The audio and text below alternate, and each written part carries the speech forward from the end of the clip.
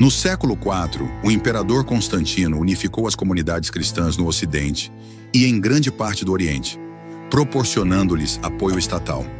Essa unificação gerou a necessidade de compilar um livro que apresentasse a fé cristã de maneira coerente, resultando na criação da Bíblia.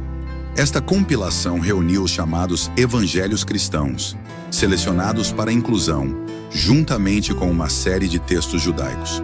O termo Bíblia origina-se de Biblos, uma referência à antiga cidade onde os papiros eram produzidos em grande quantidade.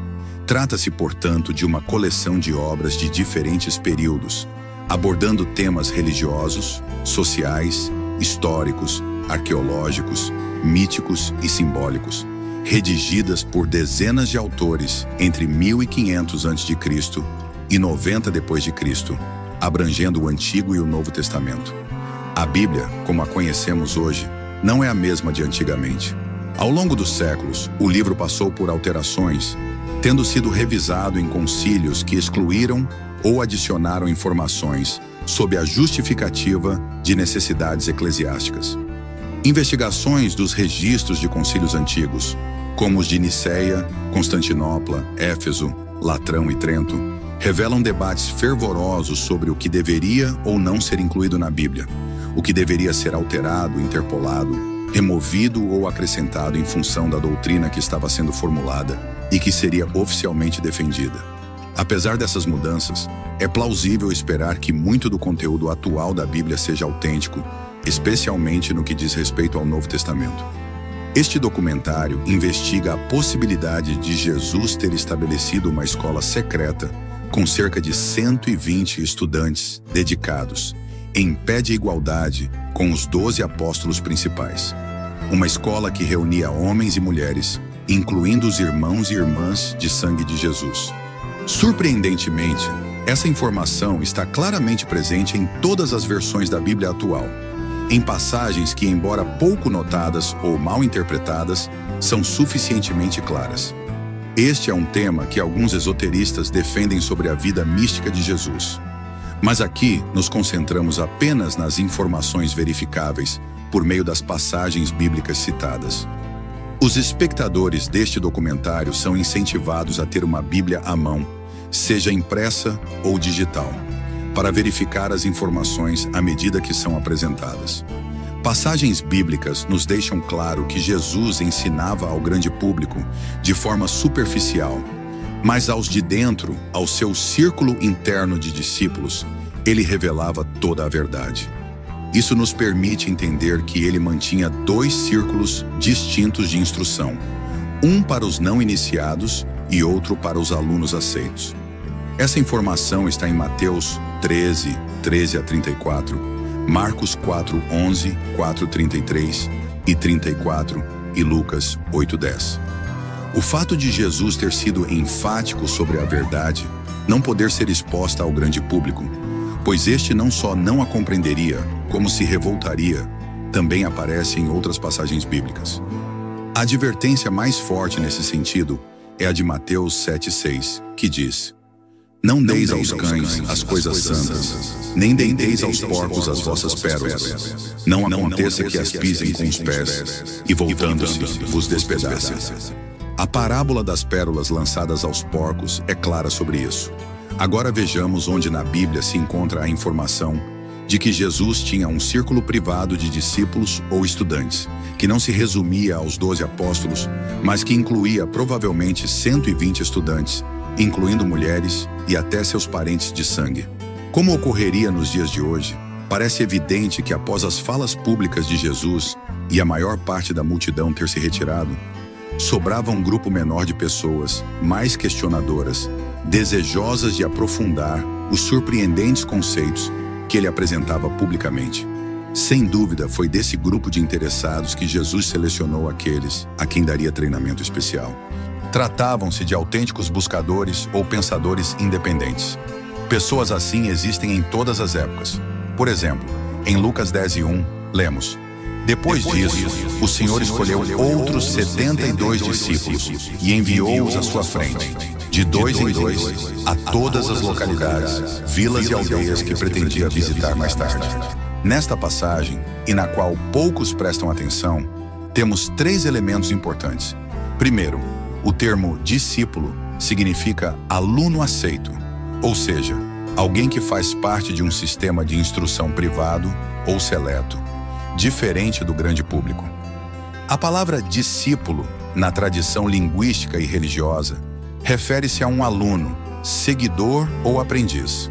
No sentido mais profundo, implica não apenas o ato de aprender, mas também de aceitar e seguir os ensinamentos de um mestre ou líder espiritual. Segundo, quando é dito que Jesus comissionou 72 discípulos, fica demonstrado que ele tinha outros estudantes especiais ou privados, além dos 12 apóstolos, e que eles também tinham autoridade e poder para representar Jesus em todas as localidades. Terceiro, a palavra outros, em adição aos 72 discípulos, indica que o número dos alunos de Jesus não se resumia nesses 72, mas era maior. É evidente que as reuniões que Jesus fazia com seus discípulos privados não podiam se dar em público, por várias razões. E é natural supor que Jesus mantinha locais secretos de encontro com seus alunos para instruções privadas e cerimônias íntimas. Temos algumas indicações na Bíblia sobre um desses locais, talvez o principal deles, que ficava em Jerusalém. Tal indicação está em Marcos 14:15 e em Lucas 22:12. Nessas passagens, lemos que perto de ser capturado pelos romanos, já próximo do fim de sua missão pública, Jesus desejava fazer uma cerimônia especial com seus 12 discípulos principais, os 12 apóstolos que deviam formar o seu supremo conselho.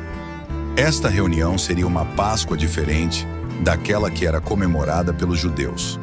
Esta cerimônia seria conhecida depois como a Última Ceia. Tratava-se, na verdade, de uma transmissão de poder e autoridade inicialmente aos 12 e, posteriormente, aos demais do grupo de discípulos. Assim, nos versículos aludidos de Marcos e Lucas, lemos: E mandou Pedro e João, dizendo: Ide, preparai-nos a Páscoa para que a comamos.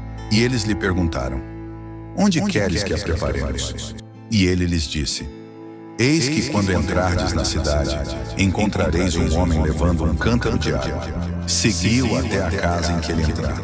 E direis ao pai de família da casa: O mestre te diz: Onde está o aposento em que hei de comer a Páscoa com os meus discípulos? Então ele vos mostrará um grande cenáculo mobiliado. Aí fazei preparativos. Nesta passagem, vemos que Jesus enviou 2 de seus 12 alunos ou apóstolos principais a um lugar secreto, desconhecido até deles, o qual deveria ser identificado através de um sinal e de uma senha. O sinal era um homem carregando um cântaro ou uma bilha de água, o qual deveria ser seguido. Tal homem pararia em frente à porta de uma casa, talvez num lugar central de Jerusalém. Uma vez chegando à casa, os 2 discípulos deveriam dar uma senha a outro homem que provavelmente servia de guardião do local. O porquê de o lugar ser secreto e todo o cuidado para se chegar nele é óbvio. Preparativos para eliminar Jesus e talvez seus discípulos eram sempre uma preocupação constante. Além disso, os ensinamentos que Jesus ministrava aos seus discípulos não deveriam ser conhecidos dos não iniciados que não os entenderiam e possivelmente os destruiriam, destruindo também seus portadores. Portanto, só em uma sociedade secreta, Jesus poderia dar a formação que desejava aos seus discípulos, a fim de que eles perpetuassem seus verdadeiros ensinamentos. Temos mais informações sobre esse templo secreto em Jerusalém em outra parte da Bíblia. Após a crucificação e sepultamento de Jesus, lemos em Atos dos Apóstolos que alguns apóstolos de Jesus se deslocaram a esse local especial. Em Atos 1, 12 e 13, lemos: Voltaram eles então para Jerusalém do monte chamado das Oliveiras, que fica perto de Jerusalém. Tendo entrado no cenáculo, subiram ao quarto de cima, onde costumavam permanecer. Aqui temos mais indicações desse misterioso cenáculo secreto. Tratava-se de um local que ficava no andar superior de uma casa, e as palavras, onde costumavam permanecer, são significativas, pois indicam que se tratava de um local de reuniões secretas frequentes, e não esporádicas, entre Jesus e seus alunos. Sem dúvida, era o mesmo local oculto onde, logo antes de sua captura, Jesus realizou a já citada cerimônia especial com seus 12 principais apóstolos, conhecida como Última Ceia. Contudo, para muitos, será outra surpresa se continuarem lendo a citação de Atos dos Apóstolos 1, 13 e 14, pois lá está dito: tendo entrado no cenáculo, subiram ao quarto de cima, onde costumavam permanecer. Eram eles Pedro e João, Tiago, André, Filipe, Tomé, Bartolomeu, Mateus, Tiago, filho de Alfeu, Simão, o Zelote e Judas, irmão de Tiago. Todos eles perseveravam unanimemente na oração, juntamente com as mulheres, entre elas Maria, mãe de Jesus, e os irmãos dele. Nesta passagem fica claro que além dos 12 apóstolos ou discípulos mais conhecidos, incluindo Judas Iscariotes que havia deserdado, havia mulheres entre o grupo de discípulos seletos de Jesus, e mais que a própria mãe e os irmãos sanguíneos de Cristo faziam parte dessa escola restrita. Isso põe por terra duas alegações frequentemente feitas sobre Jesus: que só homens eram seus alunos aceitos e que Jesus não tinha irmãos de sangue. O fato de Jesus incluir nas suas fileiras mulheres, tanto quanto deu a discípulos homens, pode parecer surpreendente, mas se lido com atenção, o Novo Testamento dá claras indicações de que Jesus sempre incluiu as mulheres em suas atividades, dando-lhes grande importância e atenção, ao contrário do costume da época de considerá-las inferiores ou apenas serviçais dos homens. Nesse ponto, Jesus foi de fato revolucionário. A maior surpresa talvez fique por conta da afirmação nesta passagem acerca dos irmãos de Jesus, fato que hoje não é aceito pela totalidade das comunidades cristãs. Muitas delas dizem que o termo irmãos nesta passagem e em outras refere-se ao fato de que Jesus considerava todas as pessoas como seus irmãos, ou outra interpretação. Em Marcos 6,3, os irmãos de Jesus não só são mencionados, como até os nomes de alguns deles são dados. Lá lemos: não é este o carpinteiro, filho de Maria, irmão de Tiago, de José, de Judas e de Simão? E suas irmãs não estão aqui entre nós? Aqui é indicado. Ainda em Marcos 3:31 a 35, lemos: então chegaram a mãe e os irmãos de Jesus, ficando do lado de fora, mandaram alguém chamá-lo. Havia muita gente assentada a seu redor e lhe disseram: tua mãe e teus irmãos estão lá fora e te procuram. Já em João 7, versículos 3 a 5, lemos: sair daqui e ir para a Judéia, para que seus discípulos possam ver as obras que você faz. Ninguém que deseja ser reconhecido publicamente age em segredo. Visto que você está fazendo estas coisas, mostre-as ao mundo. E a passagem finaliza: pois nem os seus irmãos criam nele. E finalmente em Gálatas 1:19, lemos: e não via nenhum outro dos apóstolos, senão a Tiago, irmão do Senhor. Aqui novamente um dos irmãos homens de Jesus é citado pelo nome, com a clara indicação dele também ser um dos apóstolos de Jesus. Assim, a passagem de Atos 1:13 e 14, que estamos considerando, fala de uma reunião secreta após a crucificação de Jesus, num local secreto que ficava no segundo andar de uma casa, para receber instruções. Fala ainda que estes alunos especiais não se resumiam aos 12 apóstolos conhecidos, mas que havia outros discípulos aceitos, entre eles mulheres, incluindo a mãe e os irmãos de sangue de Jesus, indicando que Cristo iniciou também estes no lado esotérico de seus ensinamentos. Nessa mesma passagem, logo na sequência, neste templo ou cenáculo secreto, que objetivava eleger um substituto para Judas Iscariotes, que se suicidara. Assim, em Atos 1:15, lemos: num daqueles dias levantou-se Pedro no meio de seus irmãos na assembleia reunida, que constava de umas 120 pessoas. Irmãos, aqui não se refere aos irmãos sanguíneos, como nas passagens anteriores em relação a Cristo, mas refere-se a condiscípulos. Indica outros estudantes e apóstolos que, como Pedro, eram treinados por Jesus para a continuidade do trabalho. E quando lemos que a assembleia era de 120 pessoas, sabendo pelos versículos anteriores que ela se compunha de homens e mulheres, da mãe e dos irmãos sanguíneos de Jesus, que era desta sociedade secreta que se reunia com constância em dias marcados, mediante segredo e proteção. Já em Atos 2 lemos: chegando o dia de Pentecostes, estavam todos reunidos no mesmo lugar. Aqui novamente temos uma nova reunião convocada no mesmo local secreto, mobiliado de tal forma. Vejamos agora o simbolismo da última ceia, anteriormente aludida à reunião em que Jesus se encontrou secretamente sob o manto do mais extremo sigilo e cuidado com seus 12 apóstolos principais. Na primeira parte, Jesus colocou entre os 12 uma taça de vinho, fazendo-os beber não em copos separados, mas na mesma taça. Após, não distribuiu pedaços de pão individuais, mas fez com que todos repartissem do mesmo pão, passando a seus companheiros. Esta é uma cerimônia antiga e pré-cristã, e que ainda hoje não tem significado oculto. Em um nível esotérico ou externo, o vinho e o pão simbolizavam o sangue e o corpo do oficiante da cerimônia, como declarou Jesus. Mas numa dimensão esotérica, significavam que o oficiante reparte, outorga, lega e distribui o poder, que até então era apenas seu, aos demais participantes do ritual. O vinho também representa para os muniquianos e sufis a sabedoria, assim como ocorre no seu correspondente hindu com a bebida sagrada chamada soma. O vinho simboliza também o plano espiritual, enquanto o pão o plano material.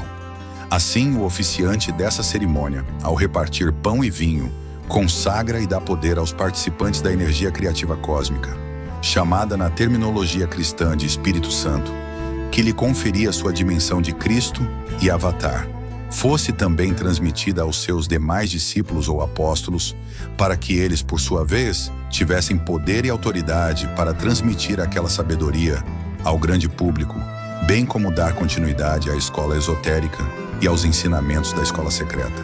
Em Pentecostes, que consideramos anteriormente, finalmente este poder foi infundido em todo o grupo maior de 120 discípulos, dando-lhes também poder e autoridade. Neste momento, convém perguntar por que os nomes de todos os discípulos não chegaram até nós, cujos nomes são mencionados textualmente na Bíblia? Mas e os outros? Provavelmente as missões individuais dos 120 eram tão diferentes e variadas que algumas deveriam transcorrer em absoluto sigilo. Contudo, o nome de mais um aluno íntimo de Jesus é revelado na própria Bíblia em João 19:38, onde lemos esta intrigante informação. José de Arimateia, que era discípulo de Jesus, ainda que ocultamente, pelo receio que tinha dos judeus, rogou a Pilatos que lhe permitisse tirar o corpo de Jesus. Aqui tomamos conhecimento de outro apóstolo ou aluno aceito de Cristo, José de Arimateia. Este era um homem rico, senador e ainda membro do Sinédrio, o colégio dos mais altos magistrados do povo judeu. Por razão de José de Arimateia guardar estritos segredos sobre ser aluno de Jesus, mesmo quando presenciou as várias maquinações do colegiado para assassinar aquele estranho profeta. É possível, contudo, que Arimateia, que sem dúvida fazia parte dos 120 discípulos, tenha sido instruído a agir no momento terrível e preciso de transportá-lo a uma gruta de sua família. E na hora precisa, ele se apresentou a Pilatos e conseguiu, graças a seu prestígio político, a liberação do corpo do mestre. Cabe indagar por que estas chaves não foram transmitidas aos sucessores das igrejas cristãs?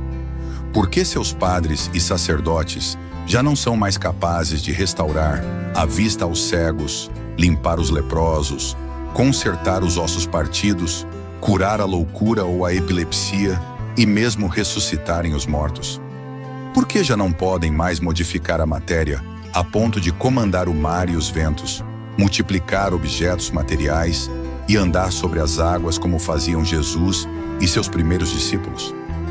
Por que, enfim, os modernos seguidores de Jesus não têm mais o poder que ele outorgou a seus discípulos e que deveria ser transmitido? Uma resposta possível é que, como ocorre em todas as religiões, quando a política e o poder material falam mais alto do que a força mística da sabedoria esotérica, quando o ex-esoterismo suplanta o esoterismo, as chaves místicas são soterradas e só a alegoria permanece. Só uma leitura literal dos ensinamentos é priorizada ou uma exegese puramente intelectual. Isso significa que os verdadeiros ensinamentos esotéricos e as chaves místicas transmitidas por Jesus estejam perdidas. Há grande chance de que os ensinamentos originais de Cristo e todas essas instruções possam estar guardadas em arquivos secretos no próprio Vaticano. Mas é duvidoso que a maioria dos clérigos atuais, salvo raros iniciados, tenham acesso a esses arquivos. De todo modo, as escolas iniciáticas das quais derivou a escola esotérica de Jesus e que ainda existem, os estudantes mediante segredo, como ocorreu em todas as épocas, a fim de que a sabedoria ou o Graal esteja ainda disponível àqueles que têm olhos para ver e ouvidos para ouvir, conforme as próprias palavras de Cristo. Naturalmente, as informações deste documentário serão consideradas fantasia e mesmo blasfêmia em denominações cristãs, pois alegarão que a Bíblia não se presta a nenhuma outra interpretação do que o texto.